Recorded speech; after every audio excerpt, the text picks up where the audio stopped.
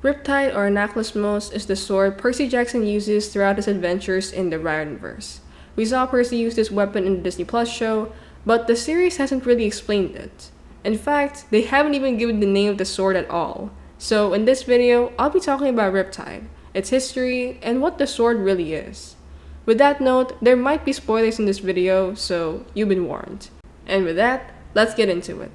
Riptide or Anaklusmos was forged in the fires of Mount Etna in Italy, and it was then cooled in the River Lethe. The River Lethe was a river in the underworld known as the River of Forgetfulness, as one drop of it can make you forget your entire life.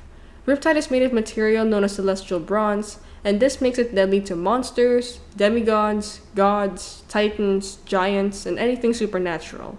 The only thing Riptide can't kill, however, are humans or regular mortals.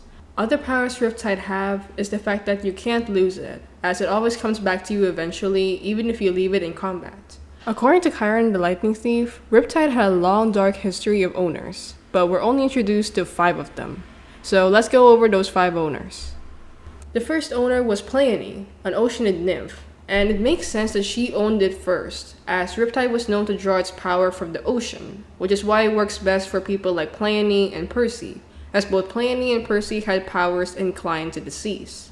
Pleione was also the Titan Atlas's wife, with Atlas being the Titan who was known to carry the weight of the sky as a punishment for revolting against the gods.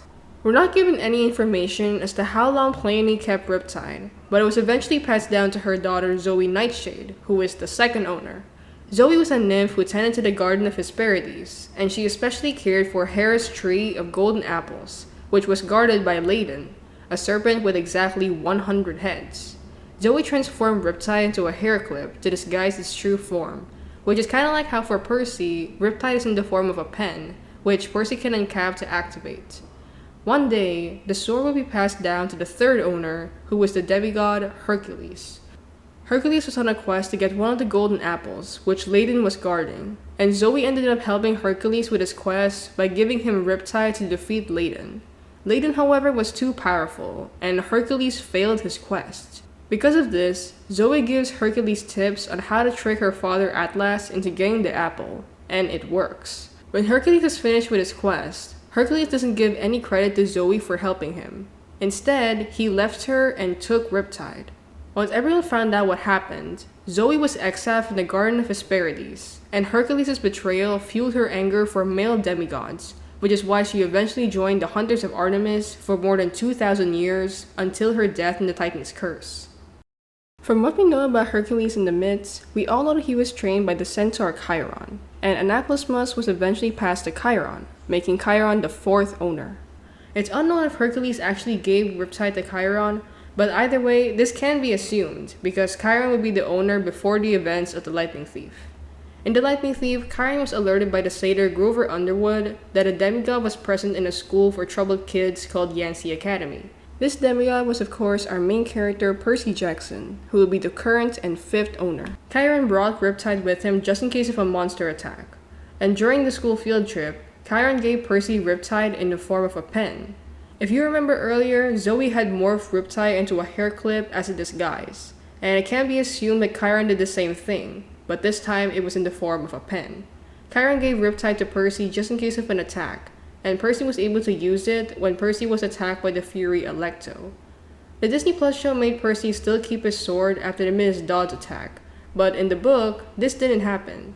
Since this history is based on the books, we'll follow them instead of the show version. In the book, Chiron actually took the pen from Percy after the Miss Dodds incident, and he only gave it back to Percy when Percy was on the quest to retrieve Zeus's Master Bolt. Percy would use this sword in his many adventures, notably when he chopped off Medusa's head and when he fought the god of war Ares. Percy was able to make a cut through Ares' heel and actually win the fight. From this fight, Ares cursed the blade and told Percy that the next moment Percy really needed Riptide, Percy wouldn't be able to use it. This curse didn't surface in the Sea of Monsters, as in this book, Percy was still able to use the sword, as seen when Percy fought Luke one-on-one. The curse only happened in the Titan's Curse, when Percy was fighting the Titan Atlas. Riptide became extremely heavy to wield, and this made Percy back down in the fight. This book also formally introduced us to Zoe Nightshade, who was killed by her father Atlas. As she slowly died, Zoe told Percy that she was glad that Percy had the sword, as Percy was nothing like Hercules. From there, Percy would go on to use the sword in the Battle of the Labyrinth, and when it came around the time of the last Olympian, Percy made a theory that Riptide was a part of the great prophecy, through the line, "Hero's soul, cursed blade shall reap." Percy thought Riptide could be the cursed blade, as Ares had cursed it before in the Lightning Thief. But we realized soon enough that it was not Riptide, but Annabeth's knife, which is another story for another time. Anyway, from the last Olympian, Percy continues to use Riptide in the Heroes of Olympus. Percy used it when fighting off giants and Gaia's forces in the Son of Neptune.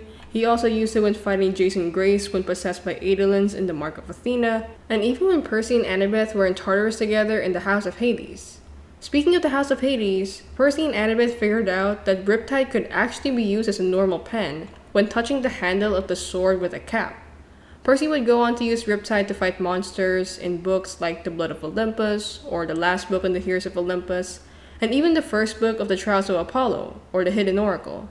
Riptide is also seen in the Kane Chronicles short stories, known as The Son of Sobek and The Crown of Ptolemy, where Percy helps defend Carter and Sadie Kane with Riptide.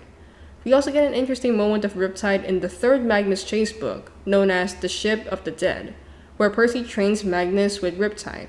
Jack, or the Sword of Summer, takes a liking towards Riptide, and according to Jack, Riptide is actually a girl.